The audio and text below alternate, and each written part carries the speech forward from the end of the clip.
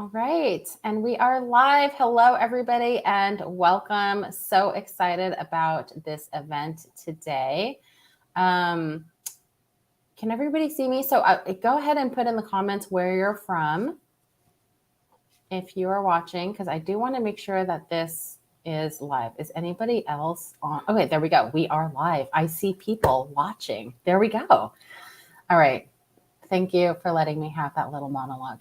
Okay, let me go ahead and share my screen really quickly. Again, thank you everybody for coming. I would love to see where you are from. So feel free to go ahead and drop it in the comments. Welcome to State of Headless CMS. Today we're going to be talking to some really amazing people. We have a really, really amazing panel happening. Before that, I wanted to go ahead and say thank you to my team at this.labs. Events team works really hard to put these together and find amazing people to bring onto the panel. So thank you so much, team.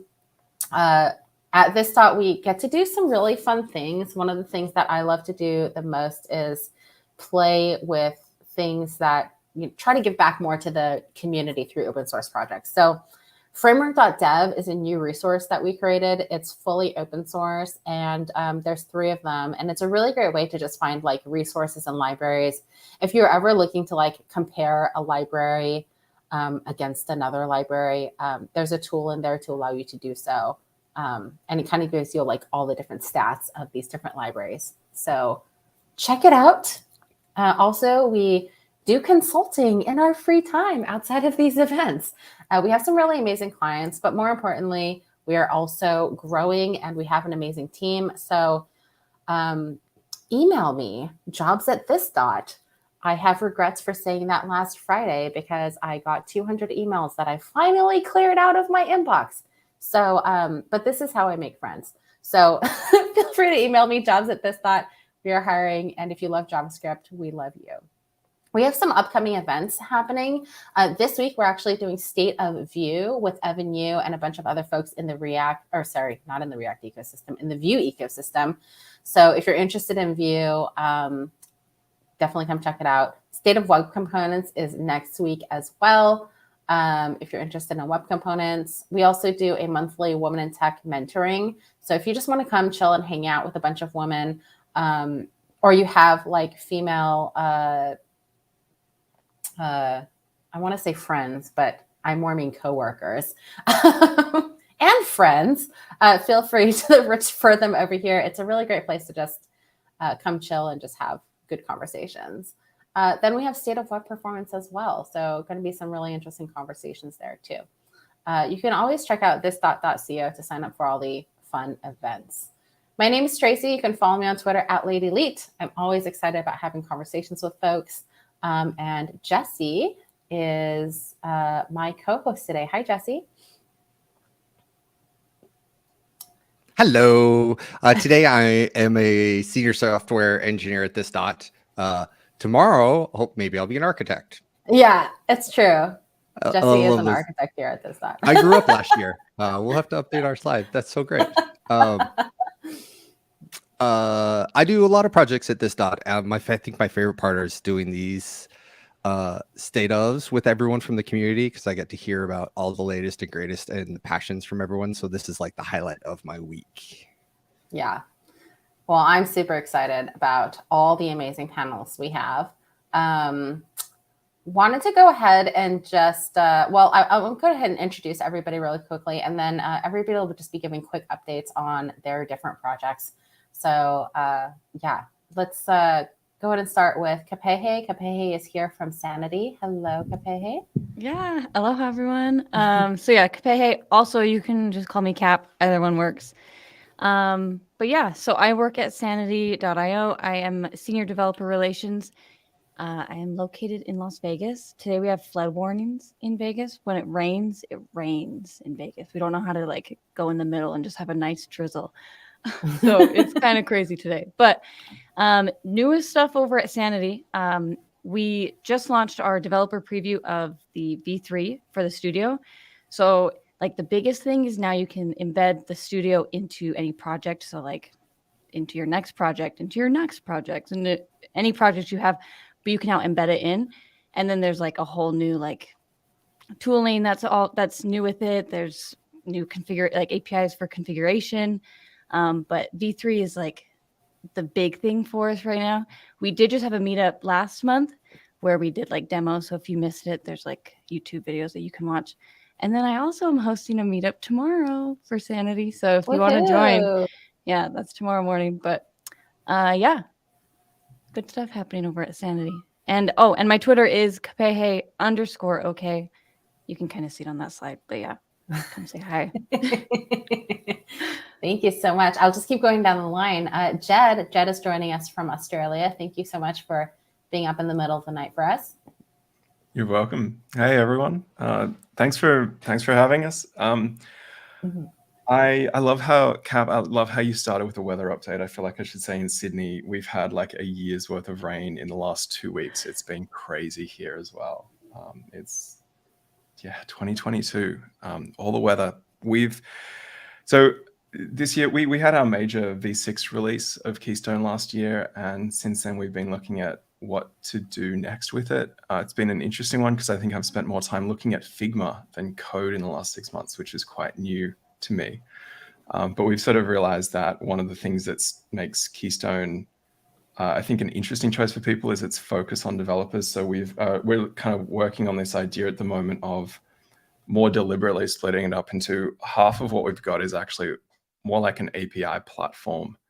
It's kind of got as many similarities to something like Hasura as it does to something like Contentful.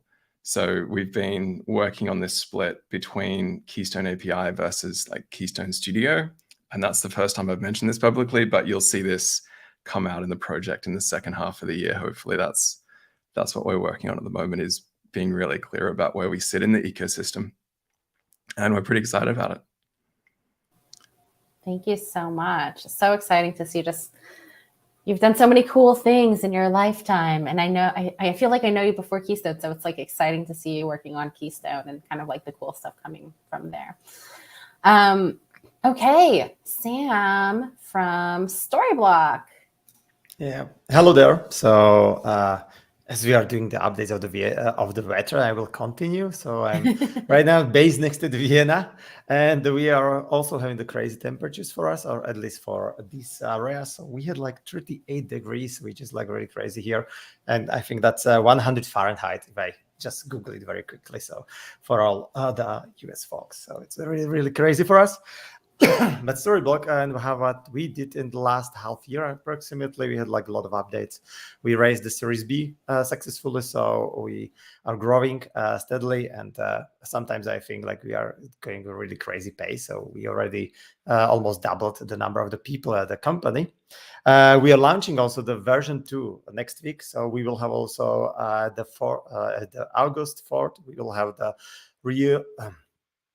version 2 live launch event. So you are all welcome, and come to join us and see what is the new in the version 2 from cooperation and new UX, new DX, everything. We are basically relaunching the whole UI of the app, and there are like many crazy updates and new features. Of course, like the DevRel team grew a lot. We are already 14 people here, so it's like, wow. For me, it's amazing because I'm still happy to lead them, and it's changing a lot of my roles, but the new people bring a lot of new updates, and we updated basically all of our SDKs and created SDKs for Remix, Astro, even we already support the next 3, so it's really, really cool. So I think that's the most important news from Storyblok side. Exciting. I love to see more events happening in this space. So it's really great that Sanity and Storyblok all have events that you all can attend and check out more. We'll go next to Ben. Thank you. Weather's nice at about 85 degrees, so not too bad. Although I was just in Hawaii and it was much cooler somehow. So Connecticut is pretty steamy right now, I guess. But yeah, in terms of our platform, Directus, we are, we've been around for 18 years, but are also super nascent. We just released our version 9 in December, and a lot has happened since then. We did a seed round last year and went from a 2-person organization up to about 15, which is where we are now, and have just seen really exciting growth. we just passed 20 million downloads on Docker in the last 10 or 11 months, which is pretty enormous for us. And then, as Jed mentioned, that idea of Hasura and the backend as a service, we have a very similar sort of architecture where our platform is split. It layers on top of any SQL database, providing that backend as a service layer similar to Hasura or Supabase. And then that data studio is, most commonly used as a headless CMS or for data management. But the features we've been pumping out have been really exciting. We just a few weeks ago released something called data flows, which allows for building out trigger-based event logic for automation, alerting, ETL, webhooks, etc. We just did some updates to our insights module, which is all about data visualization. So taking whatever the data or content might be in your database and giving you great charts and panels for aggregating and visualizing that and time series, meters, etc. Lots of updates on the internationalization side. As with content, you manage multilingual content, but our app is actually multilingual. So working through better supporting 55 plus languages for the app for those international teams that are also managing international content. And of course, our cloud, we completely free and open source, no paywalls or artificial limitations, but we've released our cloud in the last 90 days with a free tier. That was a big event for us. Just lots of really exciting things. The next big thing that I just had a meeting this morning is real-time data. So we're working through getting WebSockets pushed within our platform. So you have that GraphQL subscriptions, you just, data in and out, no more polling. So lots of big things on the horizon as well. Amazing. Thank you so much. Moving on to Daniel. Hello, I'm Daniel, and in Paris, the weather, I think it's overcast. I've been in my little office for a bit, so I'm not really sure how it looks. But it's some relief from quite a heat wave that we're facing in Europe, so I'm not complaining. And it's been pretty chill at Strapi also. Last year, end of last year, beginning of this year, we released our V4, which was a really big change up of a lot, and I talked more about that in the last State of Headless. From that, we had our second user conference, which was just amazing, StrapiConf, and we just raised the Series B also. Tomorrow, actually, we have a release, V4.3, which really speaks to a lot of what we're focusing on going forward, just like doubling down on the extensibility. We have TypeScript support for building and extending Strapi in TypeScript. That's going into stable, and we've refreshed our media folders so that we can have better content experience. We also had a plugin hackathon really recently, just like, again, doubling down on extensibility. A lot of people, since V4's release, have been building plugins. We have a marketplace of plugins, and I think that's approaching about 100 plus plugins, which is super cool. And sort of like we're starting our beta also for our platform as a service cloud offering. And so it's going to be a closed one, but very soon we'll have a lot of you listening or watching be able to join that. So it's pretty exciting times. Thank you. Do you have any events coming up?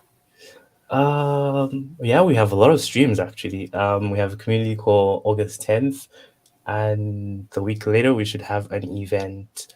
And probably a lot more. I'm talking to a lot of DevRels about doing some stuff, but can't really talk about that yet. But definitely keep tabs on that. Check us out, or check me out on Twitter. I just love to see all the, again, community resources coming out of all of this and the community. So, Jen.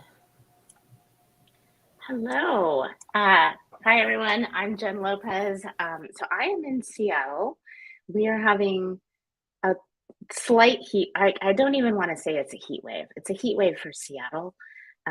It's like still really nice compared to, I think, the rest of the world. So I have no complaints, and I don't want anybody to get mad at me for the great Seattle weather. So I'm going to move on. So I have just started a couple months ago at Contentful. I think last year, Stefan Judas, who ran the DevRel team before, was on this panel, and amazing as always.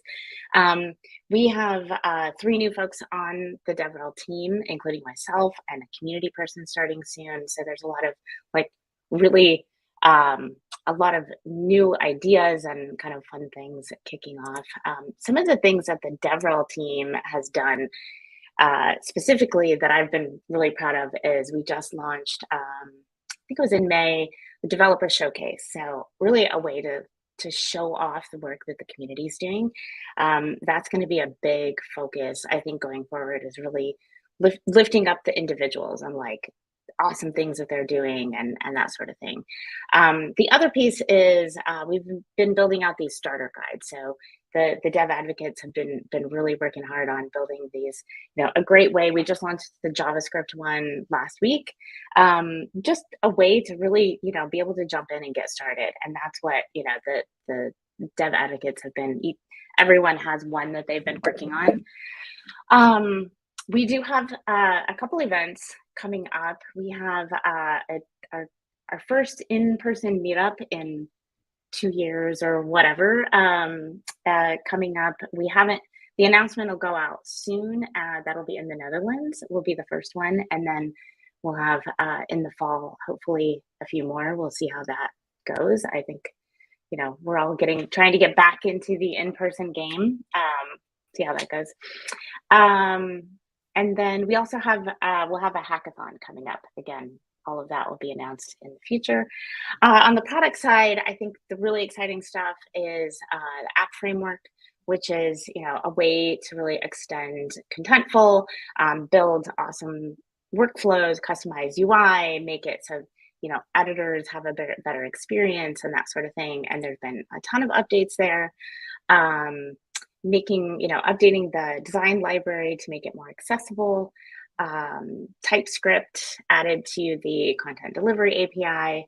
And we've had, at the Mach 1 conference, we actually had, a couple of our customers won awards. That was exciting. So lots of cool stuff coming up.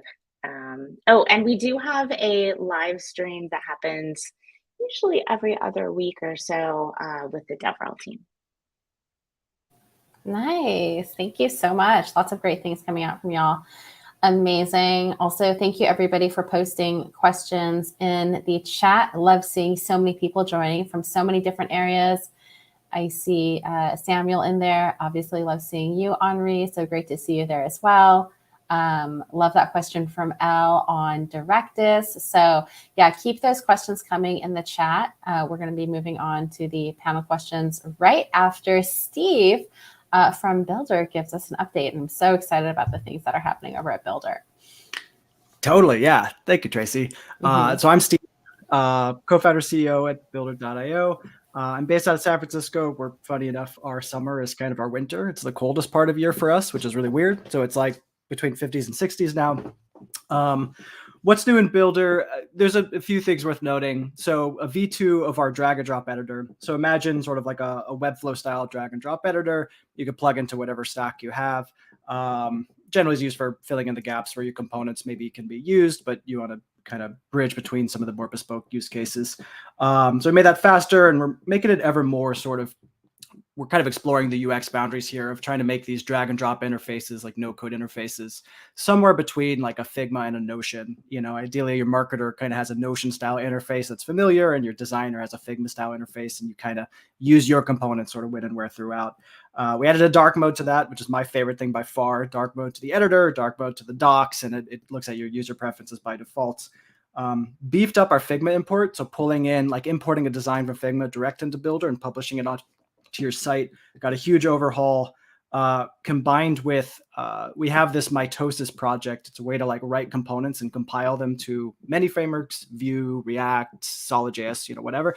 And we've got that in a good sort of pseudo beta state. And so that's powering a whole bunch of new SDKs all the way out to native. So you can like import design from Figma and shoot it out to your iOS app or your React Vue or whatever website. So we're happy about those. And then the two other things on the open source front. Quick is right around the corner from beta and Quick City. So if time to interactive is really important for your site, that's a pretty cool framework to check out. And Party Town, we got in beta earlier this year as well. So moving third-party scripts to a web worker And anyway, I'll pause there. That's the big stuff on our side.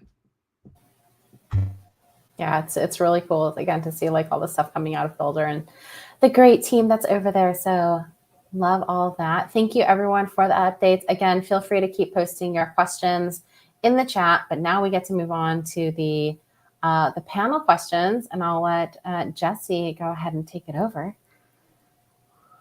Thanks, Tracy.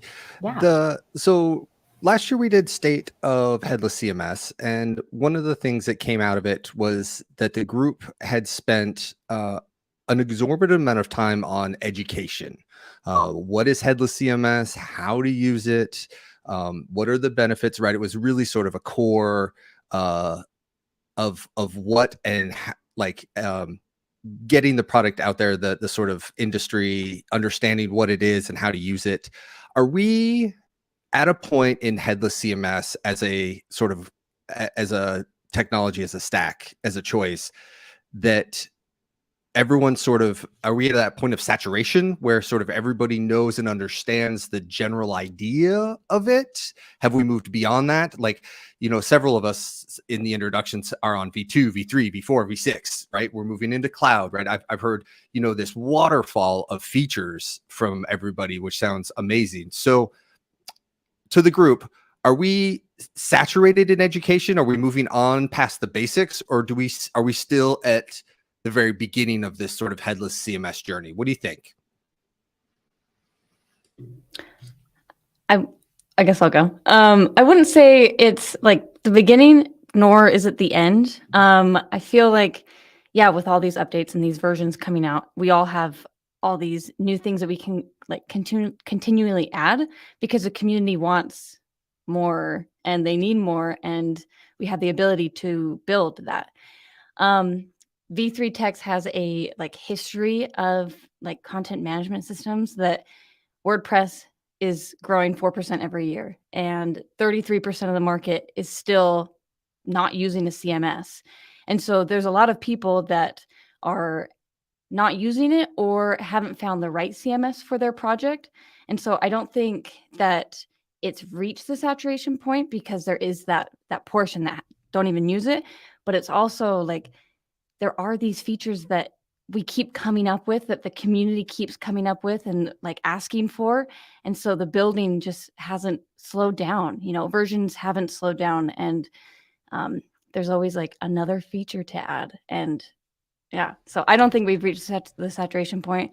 I don't think it's just begun. I think we're right. I think we're in a good like uptick of where CMS will go. Yeah, I would say that I think that there's a lot of resources out there for what headless CMS are, you know, what it means. You know, we've seen the diagrams, all of those articles are there to be found, but there's still a huge number of people who just aren't aware of that approach, that are coming from a more legacy stack, that just haven't taken the time or haven't had the motivation because their project doesn't require it yet, or the business doesn't require it. So I think while the resources are there, I think there's a lot to be done in terms of actually progressing the web stack into the headless mindset. And I think that's where a lot of this comes to play, is like, oh, okay, well, how can we expedite this process so that people actually are aware of these resources and these tools and can actually leverage them? Because we all know the benefits, but you know, in a vacuum, that doesn't mean much. We have to make sure that people are actually broadening their horizons beyond the more legacy or monolithic approaches. Yeah, just to jump in and totally agree. We recently were talking with a customer, just, you know, trying to get a good understanding of, you know, how they came to Contentful and such.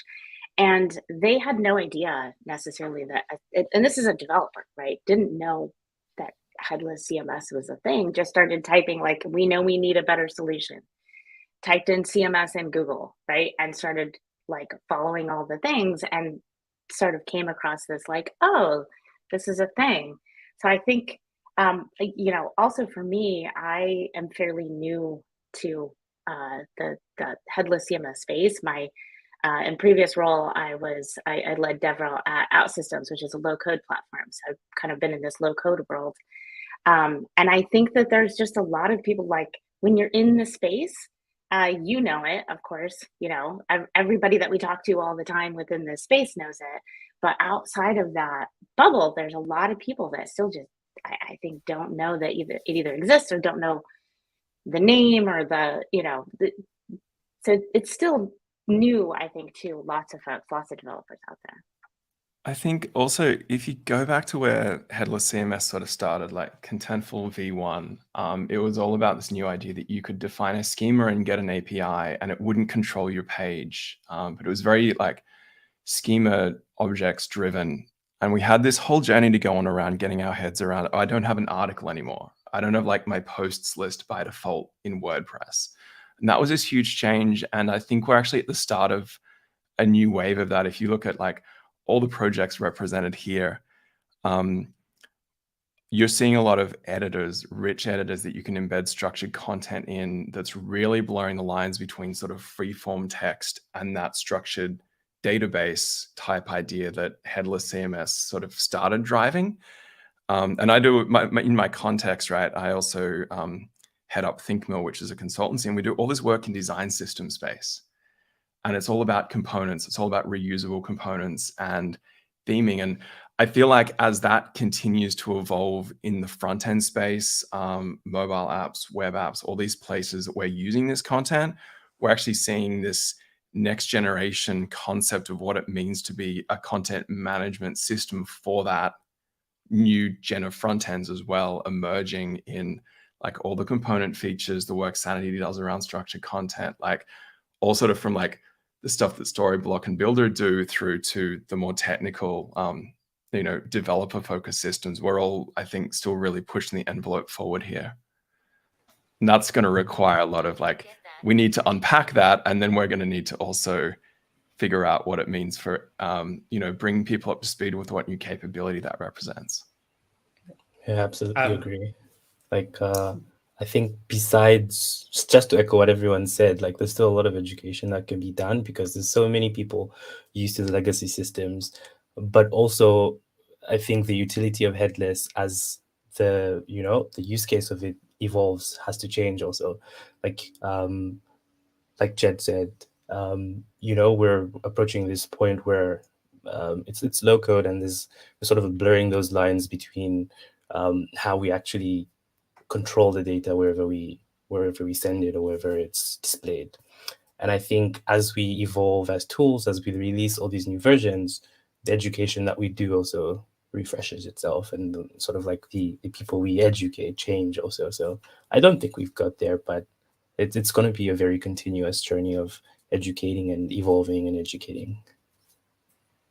Yep, I can only agree, and I would only add that from my experience, also from the conferences or in-person conferences, even from the enterprise calls, I think we are behind the critical mass, but we have still a long way to go and very, very hard way to go. So basically, I'm experiencing that we have like much less question what is the headless, especially like if you are coming from the Vue.js world or all the Remix people, they already know that React, etc., because they are component based. They are switching to Tailwind, they are switching to component based approaches. But as soon as we are going for like older stack, and that's the developers that may be developing also 20, 15 years, and they are still using like value technologies, PHP, Laravel, etc., they need to be not educated to switch technologies, but I think like we need to do more work on to educate them and show them that those technologies can be validly used also with our headless CMSs. So I think that was the next big challenge, instead of like going for saying like, hey, you have to switch to React, Vue.js, Next.js, Gatsby, or whatever new JavaScript framework pop up. So I think that's the next big challenge for all of us. Can also add to, one thing that is making the situation maybe an ounce challenging is a chunk of our customers are in e-commerce. A lot of e-commerce is kind of switching off monolithic systems, and they're like, okay, what should I use? And they're like, oh my goodness, there's so many options. They kind of get frozen. And a lot of these e-commerce businesses are not like super technology first, right? E-commerce as a whole is a little bit marketing first, right? It's all about converting that website, and the technology is supportive of that, not like the actual product that's being built. So technology works for marketing in a lot of cases over there. And I see that, what's interesting is all the headless CMSs have to point out their differentiation, and that's important. And it's also difficult and actually makes the analysis for these businesses kind of noisy, because they're like, okay, everybody's calling themselves something else. Do I need this? Do I need a content platform? Do I need a CMS? Do I need open source? Do I need closed source? Do I need this feature? And it's an interesting thing for us to figure out over time too, is like, how do we make clear what a CMS is? How do we make clear, what the strength of each offering is, so you can choose the right one for you without creating too much noise, too much confusion? And it's kind of this interesting ebb and flow of like, no, we're different, but wait, no, we're familiar. And I think we'll see that over time too. And who knows where it'll land in its maturation, but it's definitely interesting to follow.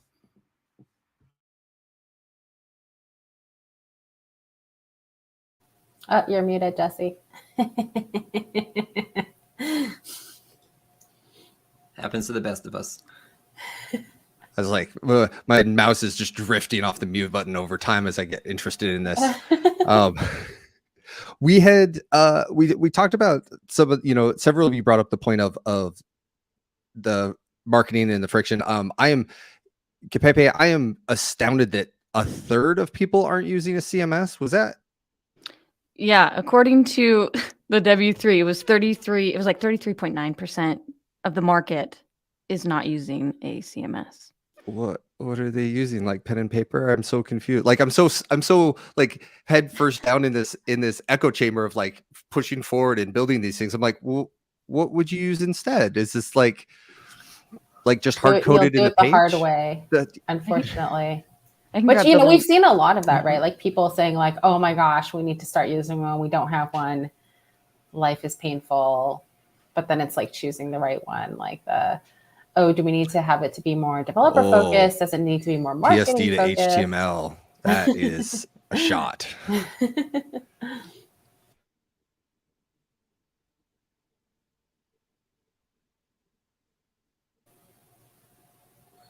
That's almost scary to hear. What are some of the biggest pitfalls in onboarding or getting new dev teams? So we've got a third of these people. We get them interested in CMS, and they pick up a platform. We usually talk positives and benefits, but they're going to run into a lot of struggles. And a lot of you started to talk a little bit about this sort of like, you don't have a list of post page where you go in and sort of publish anymore. Like this mental model is a real sort of turn. Is that the hardest thing for people to grapple with? Or where do you find the real friction to get people to get that sort of like click, like that, aha, this is a thing that I need? Like what is that hard stop for you? What do you hit most often? I think that's exactly what it is. I think people have this concept coming from the legacy CMS of pages. We're creating pages and that's what I'm managing. And maybe that is all they're managing right now. But if you're trying to build something that is a little bit more future proof for other heads, for other properties that this might be managing in the future, you need to disconnect from that mindset of I'm building this page and look at new atomic units. What is the content? What is the data or metadata of this page? What's the best way to structure that? That was actually, I think, the question that flew through earlier from Elle in the comments was about, I'm using this platform. How do I structure the database? How do I structure my content? And when you don't have this visual representation of a page, that becomes a little bit more interesting because you have that freedom. And we all know that constraints help you make decisions. And when you have that freedom, it's how should I structure this in a way that works for my project or my business, both now and in the future. And so I think that's really interesting to move away from those page atomic units and then also the idea of HTML and those sort of WYSIWYG editors into more, component driven block editors, or maybe it is rich text, but maybe it's Markdown or saved in JSON. There's just so much optionality. And I think that's where the resources should be built. It's not necessarily what is a headless CMS. Those people can find that content. It's now that I found it, how can I efficiently build something not only for where I am now, but that will grow with additional properties over time and scalability. I think that's all really crucial. Yeah. I mean, like, I would add that basically what I think is like the biggest challenge to really teach, or misunderstood the whole concept is like even before the headless CMS. It's like literally if you start to design, you now think in the content model, and it's content first instead of like design first or the pages first. So you start exactly like drawing some maybe just writing it down, and this is the best approach. And even if I should say like what is the good sample of it, if I'm doing the workshop about the Storyblok and whatever technology, then half of this workshop is not about the Storyblok at all. It's about like how you can like cut to the pieces this page or this application, and how to define like what will be what kind of a content. And this is totally different from the legacy system that really focus on the building the website, which was and making sense because they were building the website. So that was a quite easily paradigm. It's like, okay, let's go and let's build a website, let's name it a page, and at the end we will get a website with the pages.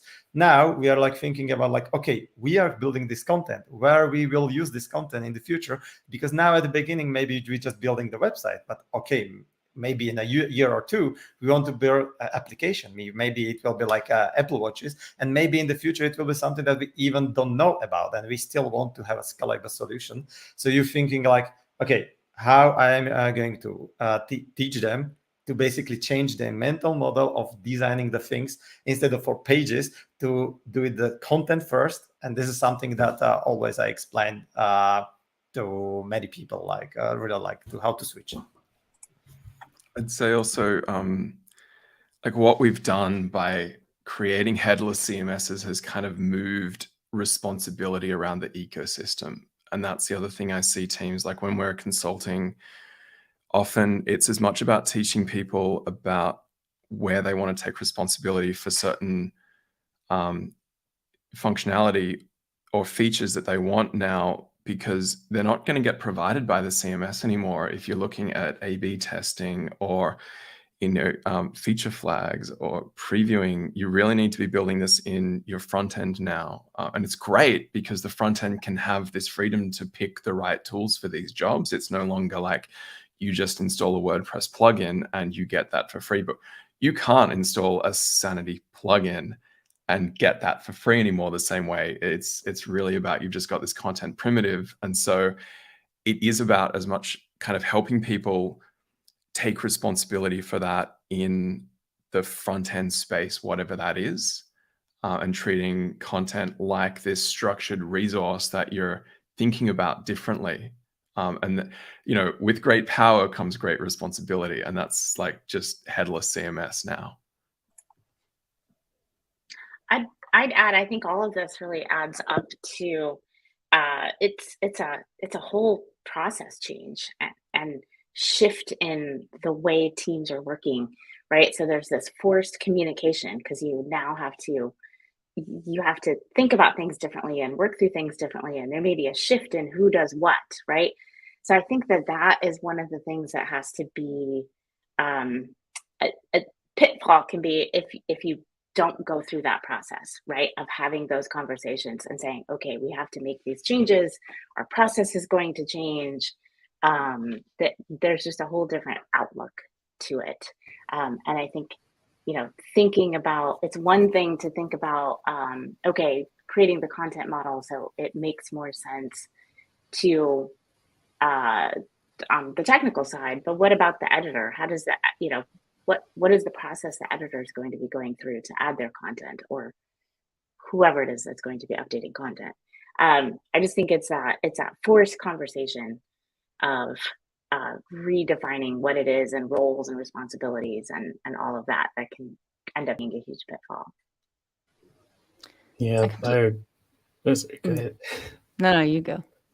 All right, thanks. Because I was gonna forget. Yeah, I think there needs to be some consensus between sort of like vendors, because I think when it comes to the idea of like content modeling, everyone's pretty aligned there, and maybe it's between sort of like the users and matching expectations between people actually building headless CMSs, because I think everyone's got different approaches, and everything is just so fragmented, because like's been mentioned, what do we hand off to the user? What do we say we can't do? What do we say we can? I think that's the biggest problem, because we were all sort of like branded headless per se, and introduce our platforms as headless. And so you think of headless as a monolith when there's so many different applications and so many different processes that are involved. And I think it's a cultural thing. And what I'm starting to see is that when it comes to choice of system, it's really around, does the way this specific vendor implement their workflows in a way that suits our organization, or do we communicate the changes that adopting us as a vendor in a way that people understand that they would have to change their workflows, they would have to change their culture, and they would have to understand that you're not going to get the traditional sort of like experience, and this is something that you have to actively do yourself. And I think it's really a lot of hand holding from our part, and saying this is sort of how you should do it. Because for us, if I'd give an example, plugins is something that's super big, and we see a lot of people, a lot of our enterprise customers using plugins for a lot of the traditional functionality that they would want from, let's say, WordPress, for example, because I think as a whole, necessarily most people are like, this is probably something that a headless CMS shouldn't do, but then someone wants that. So it's like, do we not do it? Do we make someone else do it? Or do we sort of just like handhold and say, okay, this is like a gray area? And I think that sort of that uncertainty is a big thing that I'm seeing also. So what everyone else said, but also I'll just have like a little snippet to the end. It's really just figuring out how you want your content structured. And it's like, there's a lot of flexibility, but that means there's a lot of choices and a lot of decisions that have to be made. And so each project is different. Each user is different. So it's figuring out how that content needs to be structured. I think what I'm hearing is something similar. When I was first getting started in technology, someone much older and much wiser told me, he's like, don't worry, the technology is the easy part. He's like, working with the people is the hard part. And I didn't believe it at the time. I was like, pfft. I was like, but it really, the longer I'm here and the grayer my beard gets, it's the getting the people to work together seems to be the real uphill battle. And the technology is like the fun part that we do on the side. I want to stretch to the other side. You know, we talked about onboarding, and I'm still trying to wrap my head around a third of people manually typing in content into an HTML document. And we talked about onboarding and some of the struggles. I heard when several of us got started and gave our updates, I heard things like persistent state. And I think I even heard database backing from a couple. I'm curious about the evolution of headless CMS, right? It's formed structure content that saved. And then I heard, I forget who it was, said something about similar to Hazura, where you've got actual, where you've got actual API state persistence and like triggers, and it seems very much above content and flushed out into sort of triggers and webhooks and live feed. Who said live? Steve, was it you that said? Ben said live feed. I was like, lightweight live. Like, I was like, wow. So I wanted to get everyone's sort of idea on pushing content beyond just the structured data into APIs, into REST, into GraphQL, into auth, into access, into roles, into custom middleware, into triggers, into persistent storage. Like, I feel like we're expanding, and I want to hear all the cool things that you guys are working on in this like area above content. I'd love to sort of dive into that real quick. I mean, our platform might be a little bit, slightly different in that we're sort of positioned as an open data platform with one of the primary use cases being headless content management. And I think that comes from us having identified this need for what we call content plus. There's a lot of people who are in that silo of content. They're just building a digital experience or something along those lines. But when you look at a SaaS, there's content there, but that's commingled with data or metadata. You might have inventory or e-com or IoT. There's so much data and metadata and content out there. I think the idea of how can you move beyond the bounds of just strictly what is traditionally seen as content and embrace the rest of it, so that you don't end up with, I think someone mentioned like, oh, we'll either build it as an extension or let somebody else handle that. The microservice approach is amazing, but it ends up leaving quite a few gaps, and you sort of end up with this complexity of sort of bringing all these different datas and pieces of content together to create one unified experience, and that can be problematic for a developer. How do you fill in those gaps? Then you're writing, custom code or custom whatever it might be. So we've embraced this. It's just the database. Content is another type of data. We can manage it the same as a headless CMS, but if you need to start putting in other types of data, why not manage that as you would content? That's equally viable when you see it as sort of a data first approach, and this more of a hub and spoke model instead of microservice. This blanket of coverage for all of the features you might need, including things like automation and real-time data access and all of that within a data studio where content can sit at the forefront if that's what you're managing right now. But when you need to go beyond it, you're not hitting a feature ceiling where suddenly you need to start tying things together, adding in licenses, or really have a much more complex architecture. So it's a different approach, but something that we've seen a lot of interest from our various use cases within our customers, which straddle leasing data and AR and VR data and all these things that may have content, again, mixed in, but you don't necessarily want to keep those in disparate platforms or systems, if that makes sense. I think Keystone's sort of purpose is also a little bit at one end of this spectrum towards empowering developers to build apps quickly and also have those apps scale. Like, content ends up being part of that, but content also has a spectrum of like, when does it start being data and when does it stop? And if you're looking at an e-commerce website, you can go all the way from product descriptions, which have images and colors, and that's clearly content, but then you get pricing and specials, which is also content, but it's kind of data. And then if you're really putting this whole thing in a database, then you've got users and purchase history. And at that point, you need things like access control and hooks and, really solid validation. I think one of the things that's quite unique to Keystone in the general headless CMS mix is that we lean in really hard on exposing a relational database behind it, using Prisma as the ORM. And if you want to, like, if 33% of the people out there aren't using a CMS of any kind, then, Netlify CMS, which is really just about Markdown and sort of, file-based content, is at one end, but then you could use Prisma and Prisma Studio as like, the world's most difficult to use headless CMS. You can just go in and basically it's an interface to a database. So what we're all doing is sort of exploring this space in the middle. And I think as all of these platforms mature, we're going to see that converge to a degree. If you've got a simple API-driven site, there's no reason not to just use Contentful for that. You can like click a button and get an API on the internet, which for a developer is super empowering. But obviously you'll hit certain limitations around that if you want relational data integrity.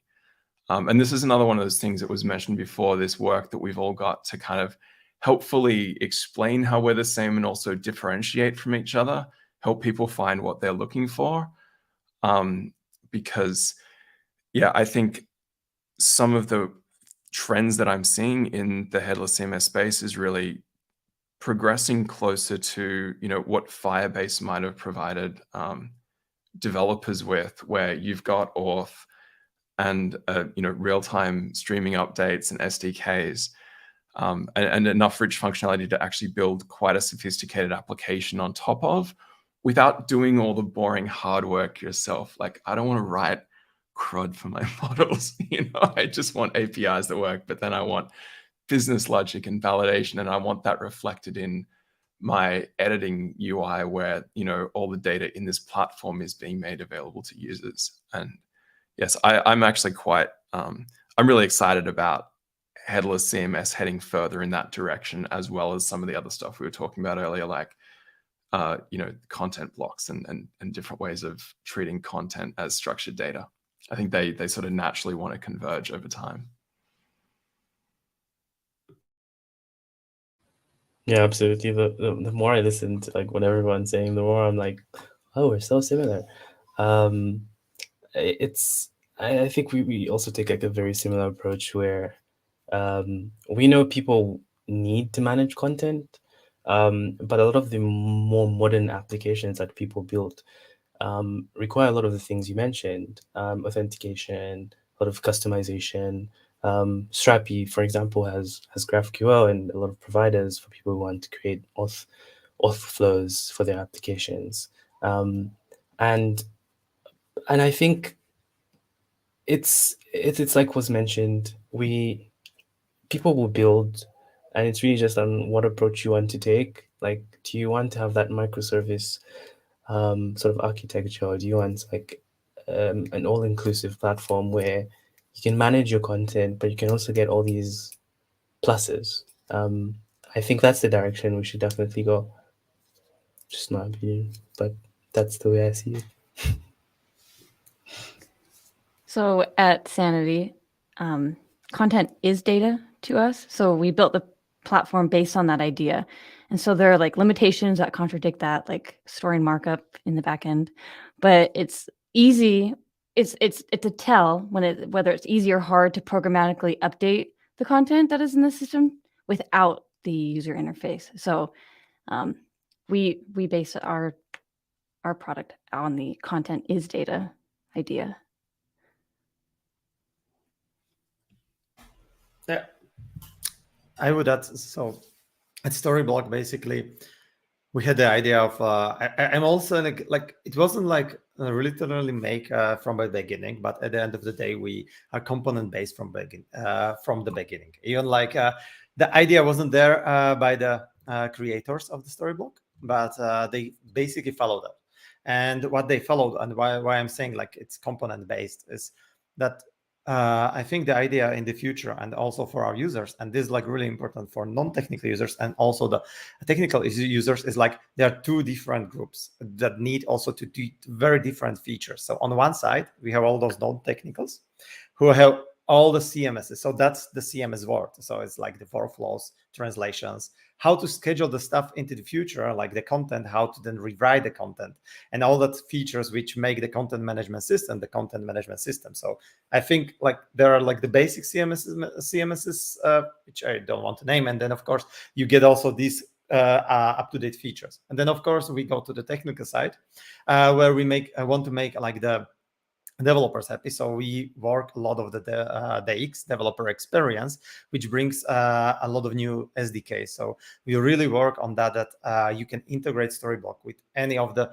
new framework or the old framework in the matter of like 5-6 lines. So with something like, if you even compare our Next.js, Nuke.js, Gatsby stuff, then it's look like you are using the same components.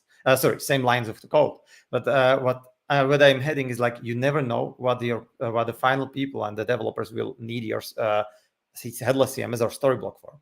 So there is always like build that if you don't need the frameworks, you can go deeper and go just with the JavaScript package. And even if you don't need already, you don't think that what we built for you as a JavaScript package, you can go even deeper and you use only the API calls. And I think like that's exactly the freedom which need to give to developers on the other side, that they can like really easily like build what they need on the level that they need. So if you need to build a very simple website, you just go and use, let's say, a Next.js and our already module for that. But if you want to build a complicated application that needs some special functions, you can go really deep into our API, use the GraphQL API, or you can use also the REST API. And then, of course, if you need authorization and do even changes into your whole content model, not only like the content model, but also the content itself, you can use even the management API with all the authentication. And this makes basically the developers able to give all the features that are missing to the users who are the non-technical users, and they will see always the same application that have some buttons and lead them with all the restrictions and in some kind of a field that they cannot do something wrong. So in my opinion, this is like exactly where we are heading. And at the end of the day, I can even imagine like the connections of different headless CMSs. So if somebody is like really like super performing in one kind of features, we can even connect different headless CMSs for the projects. And we even hear of that, like if they're like legacy projects which are built on those legacy projects, and then somebody want to just like, okay, I want to switch this small website, and I don't want to do all the like transition and move all the content. So in the time, they can use like multiple pieces in the future, and all of that work, of course, together. So I think like that's where we are heading right now. I was dying to come in with your point, which is, yeah, I mean, it may seem strange, but hearing you say it obviously didn't sound strange. So Builder integrates with other CMSs. And I think the more we go deep on this topic in particular, you find like a difference in approach, which is kind of fascinating here. In the case of Builder, everything is sort of a graph. You create a tree of components, and there can be relations deep down in the graph. And modeling things like recursion with things like even just standard GraphQL can be tricky. But in the case of, say, I want to make a page or a section of page visually, here's my whole hierarchy of components. And then there's a reference deep down in there, a reference is saying, actually, I want this group of products or this carousel to actually come from another content entry. So it's managed once and used across pages. You start going down into more almost like Neo4j style data structures. And it's something that, each of these sort of visualizations over databases, you could call a CMS, go in different directions. And eventually, you might want to use multiple and you might want to connect them. And so that's where we have them all open source, but we have integrations with a handful of people here where you can do that. You could be like, okay, build my component tree and let me pull in data from, say, Contentful, and that'll stay there. And that way you could choose as an organization to lean heavily into one viewpoint of the world, or to have different teams use different viewpoints. I really like a relational structure. I like a graph structure. I like whatever else. And it's cool. I think this is where, back to one of the original points, we'll either see a consolidation of grouping of groups of CMS is good for certain things and when to connect it, or maybe we'll see a lot more noise. There's like, oh my goodness, there's so much happening. Or maybe it'll consolidate. I have zero ability to predict this, but I do think it's a super fun space to be in and observe. There's a really cool bounce off, Steve, on what you just said, all the way back to where Ben started with what he was talking about. There's, and I just wanted to like tease this out a little bit more. I think I've worked with some of the CMSs on this call as like a content origination system that then in larger organizations they'll put behind an API integration layer that they're building to merge data from the CMS with data from a product management system or an inventory management system or an e-commerce system. And a lot of organizations want to take that control of that, like the API platform that's ultimately kind of sourcing, merging, and caching data for the various front ends. And then you get things like what sort of Directus and Keystone are starting to explore, which is more, what if we are the API integration platform that is then pulling in, sort of giving you a bulk of your database that you've defined in your schema, but also able to wrap other microservices or other functionality so that from a developer's perspective, building apps or front ends in front of this, you end up with like a consistent auth model and API integration layer. And so there's this interesting thing I think that's going to happen as we mature more in this direction, where we're going to see API integration platforms and headless CMSs kind of converging in a lot of ways. Yeah, those lines are certainly all blurring. I think the key to all that is playing well with others. We're all sort of hinting at it here, which I think is great. Everyone has a strong suit. Everyone, has the limits of what they're built to do. But as long as we can liberate the engineers and give them the tools so that they don't have gaps between the services, that they can more readily interconnect these services, right tool for the right job. That's the most important thing. And it's great to see, so much open source going on out there and so much hybrid deployment strategies and the ability to automate processes across different platforms and take these disparate APIs and bring them together, because those are the things the developers need. And by sort of playing well with others and just not being so competitive, but more just highlighting the benefits of each system, I think that's the best thing that we can do to really liberate these engineers with the tools that they need for all the different use cases that are there now and that are upcoming. 10 out of 10. However, I need to ask this maybe because this is like very interesting like group of people, and I would like to know. Like I was thinking a lot about that because like with all the integrations and even with emerging, which I agree also with both of you, I am only like thinking if we are not in turning back to the monoliths, basically. Like if we are not going to make correctly this integration platform of the APIs. Like what I mean is like we are not again in the same monolithic world where basically all the clients will be stuck to one piece of the tool or like basically a service that they cannot switch, because if they have to switch it, they are switching the whole infrastructure. What do you think about that? Yeah, I mean, I think that's why you move between the monolithic and the microservice, and you find a happy medium with that hub and spoke or whatever you call it, where you have specifications, open API specification, and you really lean into extensibility so that they're not beholden to your one way of doing things. You provide GraphQL and REST and SDKs and raw SQL access if they have total control over the schema. I think all those are really important if you really want to have that more open mindset towards these integrations, but that's certainly a key point. Yeah. I think it's also going to be necessary for like the successful answers to this a year or two down the track will, in my prediction, be the ones that leaned in on, not having to own everything, because that's really where headless CMS came from in a way. We all know the pains in the history of when one system owns too much, and there's definitely a lot of movement in the developer mindset to try not to, like, there's almost I still feel like you get in some crowds and like CMS is a dirty word because it's just associated with owning too much. And so, yeah, I think some of that will happen naturally just because we've got to have good answers to like let people do things, give people the power where they need it, but then make, building a sophisticated content workflow or a good editor is just hard, and you don't need to do that again and again. So I think we'll find like this emerging naturally, or at least, I don't know, I'm an optimist. I'm a perpetual optimist.